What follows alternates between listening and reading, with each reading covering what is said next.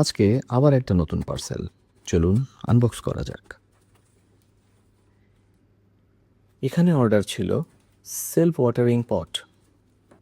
এর আগেও আপনারা এরকম একটা পট দেখেছেন, এটা তার থেকে বেশ কিছুটা ছোট।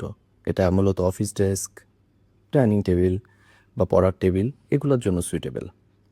এই টবের ভেতরে দুইটা স্তর থাকে, উপরের স্তর যেখানে মিডিয়া আর গাছ, আর নিচে পানি জমা রাখার জন্য একটা রিজার্ভার।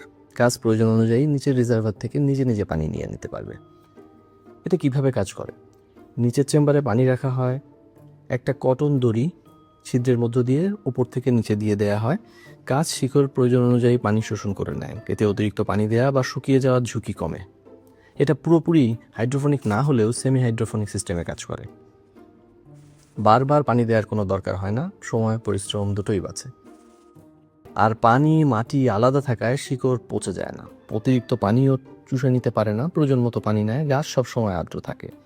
কতটুকু পানি আছে সহজেই দেখা যায়, কখন পানি ভরতে হবে সেটা জানা যায়।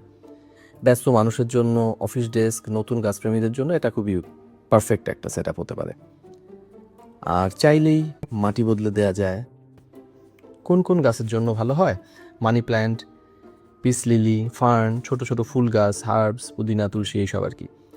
যেসব গাছ শুকনো মাটি পছন্দ করে, যেমন ক্যাকটাস, সাকুলেন্ট, সেগুলোর জন্য সবসময় উপযোগী নাও হতে পারে। কোকোপিট বা ঝরঝরে মাটি ব্যবহার করবেন, 10 দিন পর পর পানি চেক করে রিজার্ভ করবেন, আর মাসে একবার অবশ্যই পটটা পরিষ্কার করতে ভুলবেন না। Thank you.